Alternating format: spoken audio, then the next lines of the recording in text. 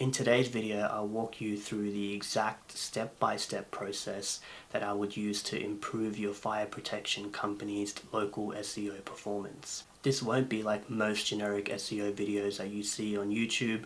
Instead, I'll be walking you through the specific steps that I would take to build a successful local SEO strategy for a random fire protection services business based in Sydney. Keep in mind that this will be a fairly advanced walkthrough and it can get quite technical, but if you're up for the challenge, let's get into it. Alright, so the first thing we're going to do is some preliminary research, and as part of this process we'll look at your existing keywords, we'll look at your backlink profile, and then we're going to do a quick technical audit as well. So we'll jump into Hrefs here, put in the URL for the website, and then we're going to head into the organic keyword section, and basically we're going to be exporting the existing keywords that the website currently ranks for. And then what we're going to do is copy the list of existing keywords into a Google Sheet, and we'll label this tab as keywords. So this will be the existing keywords that the website currently ranks for. Now back in Hrefs, we're going to be clicking on organic competitors, and then we're going to open up the content gap in a new tab. And basically what we're doing here is looking at your top organic competitors based on what Hrefs is suggesting. Now we can either use Hrefs suggestions, or if you know who your top competitors are in your area, you can input the URLs directly into the content gap. But for the purposes of this audit, I'm just going to be using the suggestions that Hrefs has given us and just using a varied sample of competitors with keyword overlap with this particular site. And we're going to try and maximize the number of competitors we put in. So I'll put in 4 into this list here. And what this will give us is a list of untapped keywords, which in other words means all of the keywords that your competitors rank for that your website doesn't rank for. And our aim here is to also fulfill this gap in keywords in order to improve our organic traffic. So we'll filter to the list of all the keywords that rank in Australia, because that's what's important to us for this client. And then we're going to export this list of untapped keywords. And then once that's done, we're going to head over into the Google Sheet again, and we're going to copy in all of the untapped keywords into a new tab, and we'll title this one Keyword Gap, and then we'll just paste in the keywords that we've found. Now we're going to jump into some basic categorizations of these keywords, and we'll use the conditional formatting feature of Google Sheets to achieve this. So we'll head into the conditional formatting rules, and we'll look at any keyword that contains the primary location, which in this case would be Sydney.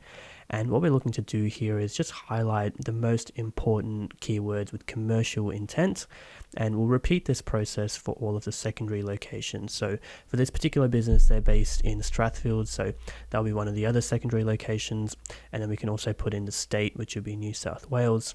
And at the end of this process, what we'll have is a short list of the most important keywords, and this will help us to prioritize these keywords later on in the process.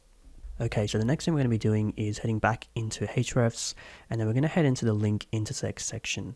And this tool is used to do a link gap analysis, very similar to the keyword gap analysis that we did. And basically we're going to be putting in the top competitors in the area for this particular website. And what this will give us is a list of link opportunities that your competitors actually have acquired for their website that this particular site doesn't have. And we're going to try and build similar backlinks to narrow that gap between the competitors. So we'll export this list of link opportunities, and then again, heading back into the Google Sheet, we'll create a new tab for the link gap analysis, and we'll paste in all of these opportunities. Okay, so the next thing we're going to do is a technical site crawl, and we'll use a tool like Screaming Frog to run a full site crawl. And what this will do is analyze every single URL on the website, and it will give us a bunch of different data points that we can use to improve the technical performance of the site.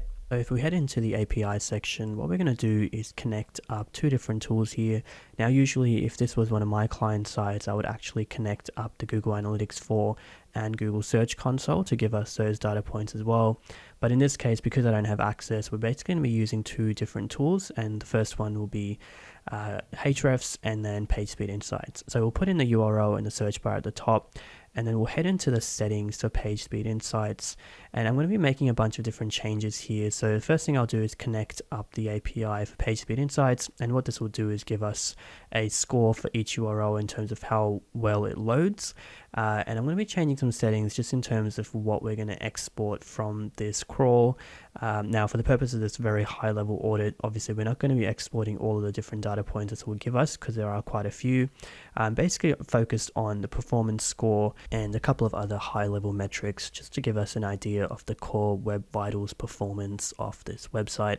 Now, obviously you can select as many of these as you like in terms of the exported data, but for the purpose of this high level audit, we're just going to be selecting the most important metrics and unselecting everything else. And this will also audit the website a little bit faster as well for us.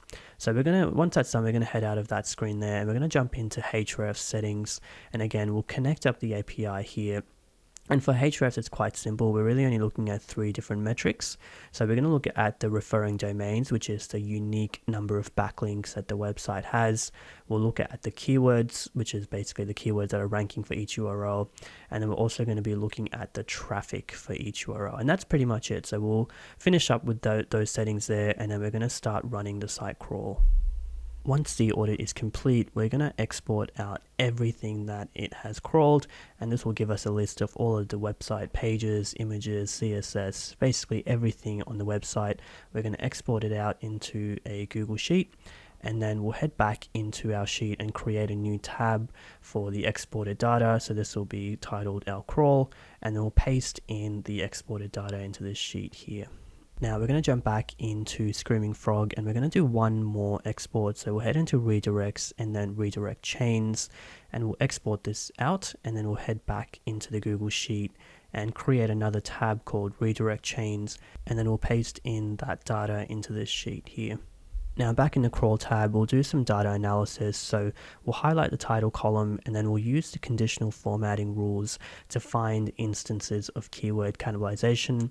So we'll put in one of our primary keywords. So the main keyword here will be fire protection services.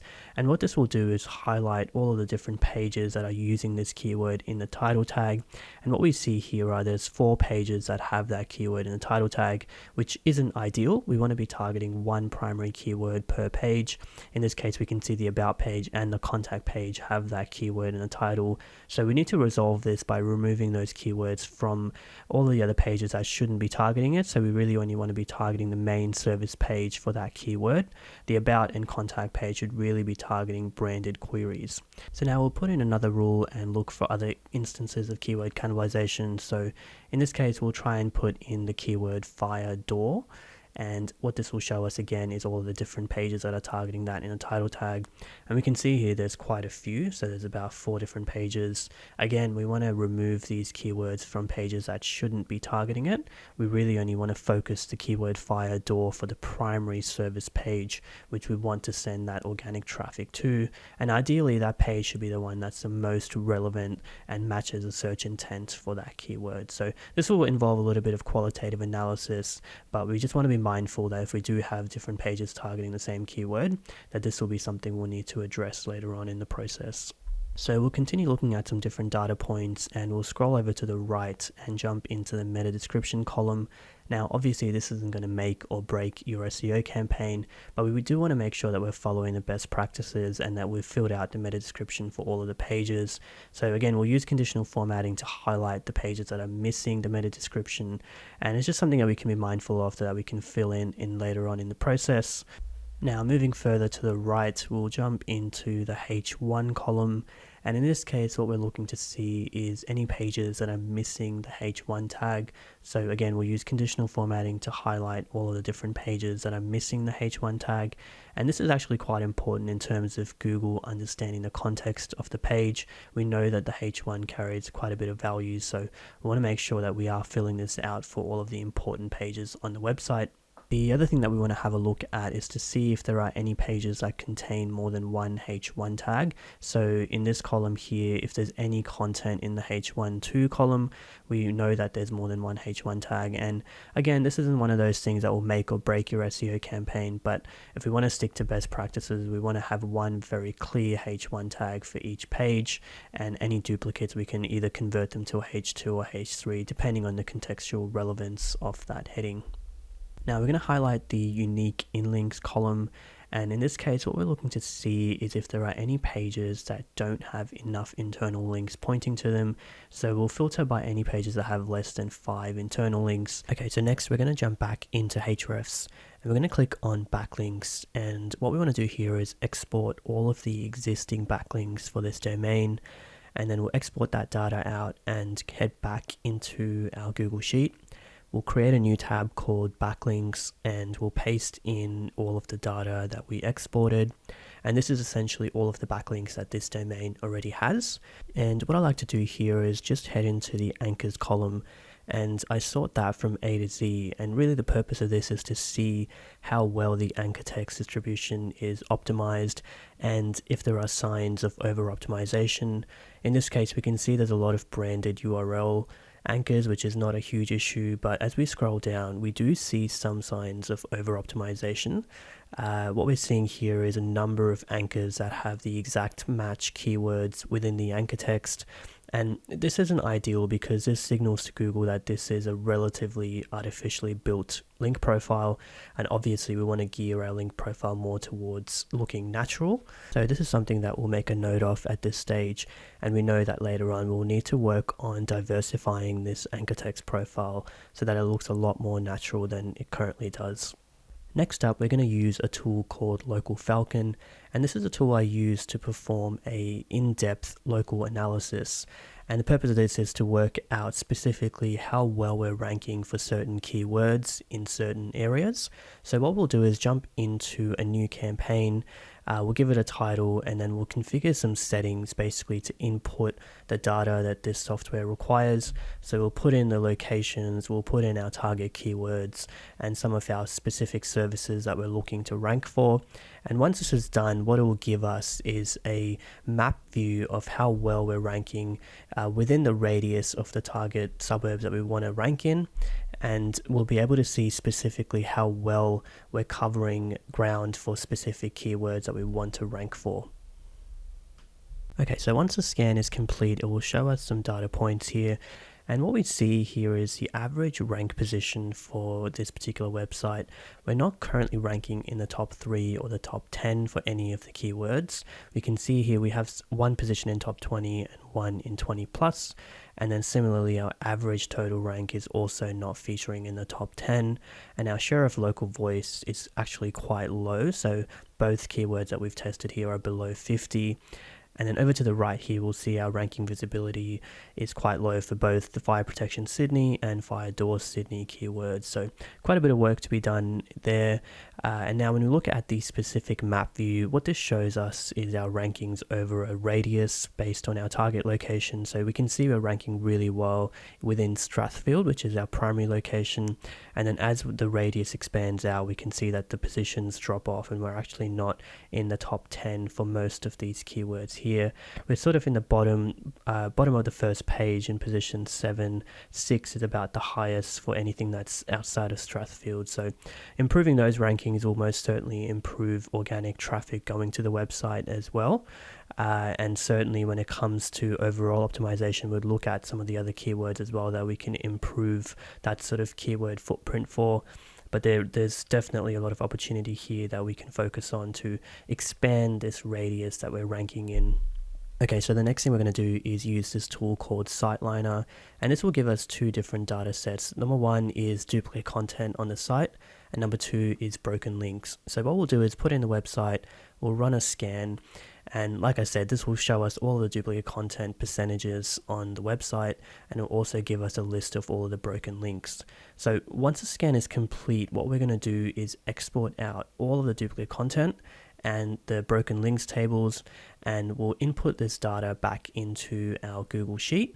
We'll create separate tabs and we'll paste in the data that we've exported here, and we can use this later on to analyze the on-page content, and we can obviously also resolve the broken links when we get to the technical optimization. Now at this point we're ready to start building out the recommendation sheet, and I'm going to start building this from scratch so you can see exactly what points I'm going to put into this recommendations list. And we're going to firstly start with the overall website experience and conversion rate optimization points. So firstly, what we'll do is run a page speed insight scan, and what this will tell us is the overall loading speed of the website on both desktop and mobile, and we'll take down those benchmarks so that we can work on improving this at a later stage. So whilst that scan is running, what I'm going to do is head into the website, and we're going to start doing a qualitative analysis to see what improvement areas there are on the website from a user experience and user interface perspective that we can start to improve and build upon that engagement rate that this website has. Again, because this is an our client, we can't actually see the engagement rates and user behavior metrics that you get access to in Google Analytics 4, but we're just going to make some judgment calls, and obviously this is very, very subjective. But what I'm going to start doing here is just looking through the website and seeing what areas we can start to improve on. So the first thing I want to highlight here is a navigation tab. So up the top there, we can see that there's a home button, and then we've got services and all the different pages there. So usually what I would recommend is, in terms of having that home button, I would actually remove it, and we would actually push across all of the other menu items further to the left. So at the moment, the home button is actually taking up a fair bit of real estate, and it's fairly redundant because people are quite used to just clicking on the logo to go back to the home screen. So we can actually remove that home button and slide over the other pages to the left. Now at this point, our PageSpeed Insight scan has been completed, and we can see that the mobile score is very, very low, so scoring at about 18 performance score. We want this to be up around that 80% mark, so this is quite low. And then desktop is a bit better, but again, it's sort of below that benchmark that we would aim for. But in this case, really, the mobile would be the primary focus. Desktop isn't too bad. We want to try and push up that mobile score up to 80. Now, obviously, we can also work on improving that desktop score, but typically with these sort of WordPress websites, if you do improve the score of one page or one device, it does translate across to the other devices as well. So just making some minor improvements, and we can look specifically into this report as well to see what areas we can improve on. But at this point, we just want to make a note of those action items. Now, the other thing I want to mention is with the phone number, it's got 1800 full range, which is a little bit of a dated format to put the phone number in. We want to make sure that the full phone number is in that top header bar, and that we can actually click on it to be able to call directly. So that's a minor thing that we can fix up. And I also just remove that LinkedIn item from the menu. Typically you'd want to see that towards the bottom of the page, so in the footer would be a more appropriate place. And the other thing here would be to place a call button in the sticky header rather than having it in the top header, which actually doesn't scroll with the user as they go down the page. Now, jumping back into the website, the other thing I want to have a look at is just the call to actions that are used above the fold. So in this slider here, we can see there's a Discover More button. I actually would change this to a little bit more specific call to action. So something like view our services would be a little bit more appropriate, and perhaps would encourage more action from the user. So just a minor thing, and could be run as an experiment as well to see if that does improve the click-through rate. So we can change that up and test it out. Now, jumping back into the website, we're going to keep scrolling through, and we can see here with this first section, there's quite limited space in between the slider and that section. So we can improve the padding there so that there's more even spacing between the sections. Obviously, we want to make sure that the user experience is consistent as the user scrolls down, that all of the sections are spaced out evenly.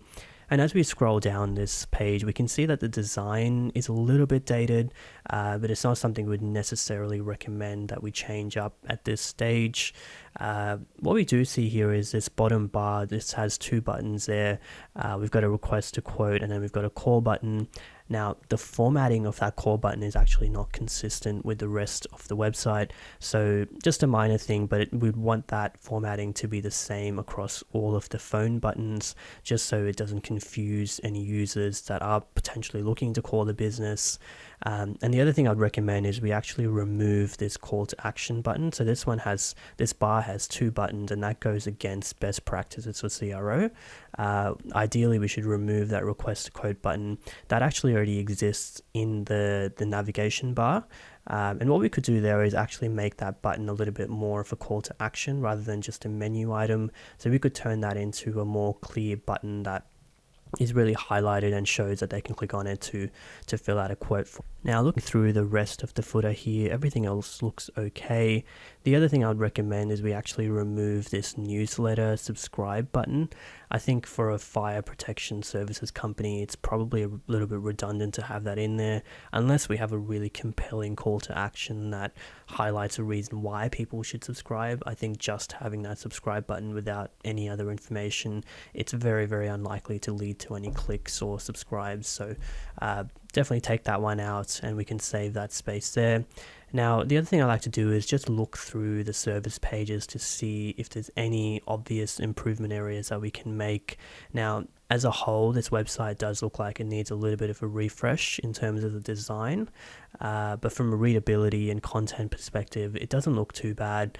It certainly could use a refresh in terms of the overall design scheme and layout. It's a little bit dated, but that's something that we could fairly easily improve upon. But in terms of the service pages, it doesn't look too bad. But from what I can see here, down the bottom there, it says request a free quote, but there's actually no form in there. So rather than directing people to a separate page, it would actually make more sense to embed a contact form within those service pages. That would reduce bounce rate and improve on-page engagement metrics. And overall, it just makes for a better user experience if you can just contact the business directly from the page that you landed on. Now, the next thing I like to do is view the page source. And the reason for this really is just to investigate the code and see if anything pops out as an obvious error or issue that we could resolve. Now, as we scroll down this list, we can see that it looks fairly okay.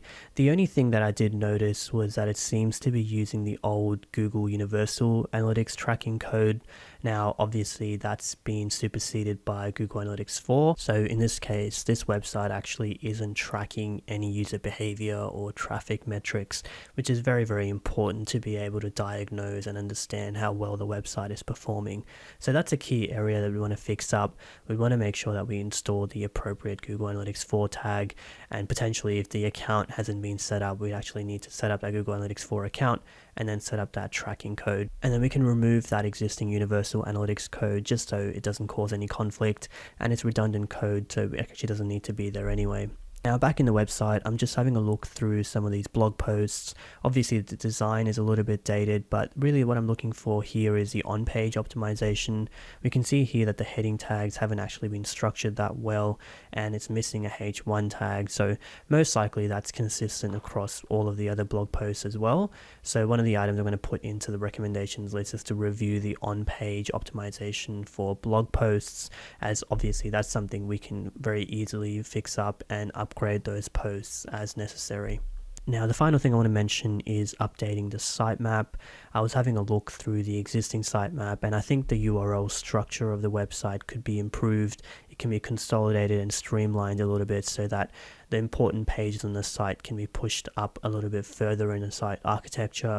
So typically my approach to building out sitemaps is to try and get the pages as close to the root of the URL as possible. So what I'm going to do in the next step is to actually build out my ideal sitemap for this particular website, and if this was one of my client sites, I'd actually implement that sitemap and redirect all of the existing URL slugs. At this point, we're ready to build out our new sitemap.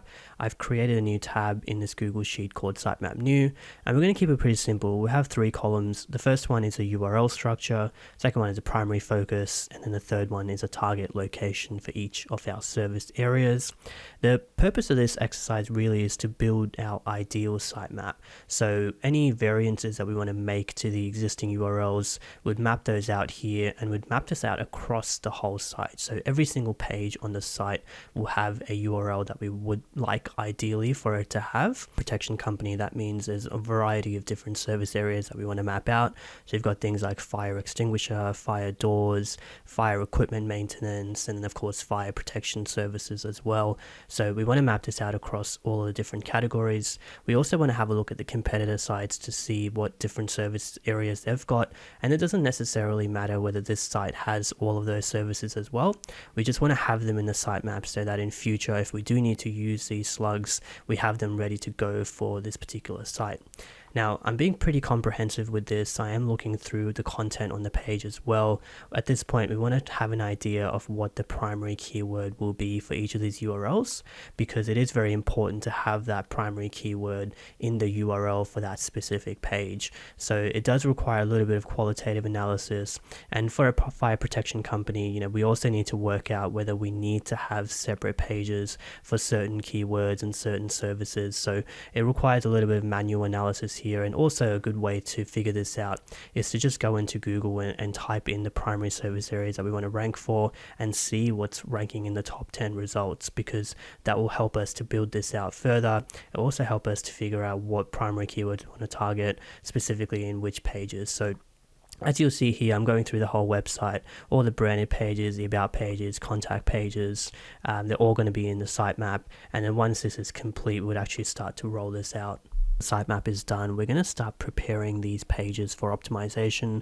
So we'll jump into Surfer and we'll type in one of our primary keywords, and we're going to run a scan on this particular keyword to see what sort of keyword densities and what sort of on-page optimization we'll need to do in order to get this page to rank in the first page. So once the content editor is ready, we're going to open this up to make a copy of these NLP keywords.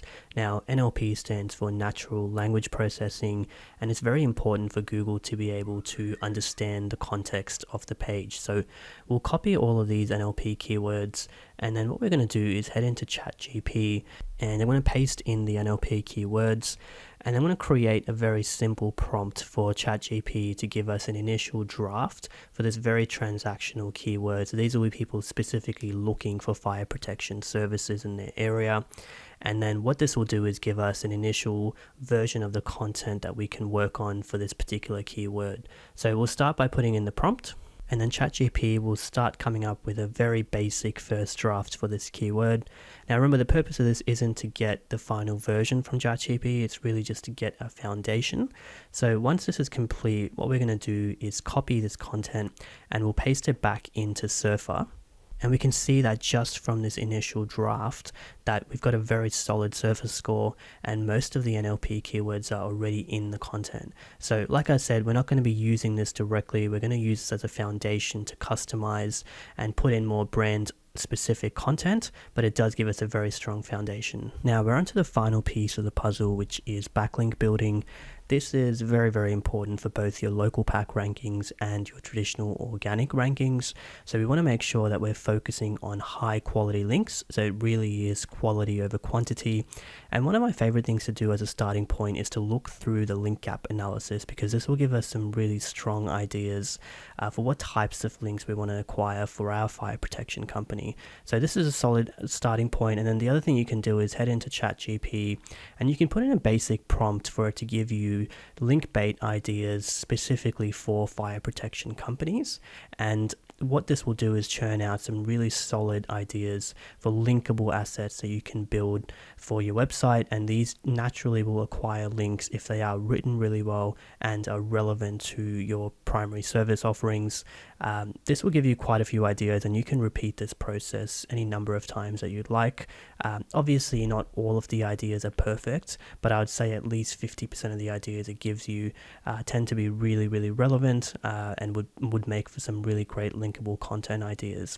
The other thing you can do is also create some prompts around data-driven ideas. These can actually attract some really solid links at the local level, and they make for some great content for your site as well. So If you pair up both of these prompts together, you can come up with some really good ideas for both your blog and just building out separate linkable content assets that most likely will acquire natural links, but you can also try and do some outreach to get relevant publications to link to your content. Now, there's many different ways that you can do link building at the local level. But one of my favorite ways is donation link building. So what you want to do is in Google, type in your primary city and then put in plus our sponsors or any variant of that term. And you want to look through all of the results here and try and find sports clubs or relevant sites that accept donations or sponsors, and look through the existing sponsors page. And we want to make a short list of all the websites that have a sponsors page and they link out to their sponsors. That's a very key point, because we don't want to try and target sites that have sponsors but they're not actually linking to their website. So the idea is to actually get links from those pages. So what we'll do is look through as many sites as we can and try and build a short list of websites that we can reach out to and get more information on their donation requirements and how we can get listed on their website. So that's how you build a local SEO strategy from scratch for your fire protection business. If you want to improve your fire protection company's local SEO performance, click on the link below in the description to get your free SEO analysis, just like the one I did for this random business. And if you got any value out of this video, please give it a like so that other businesses can also grow their search performance.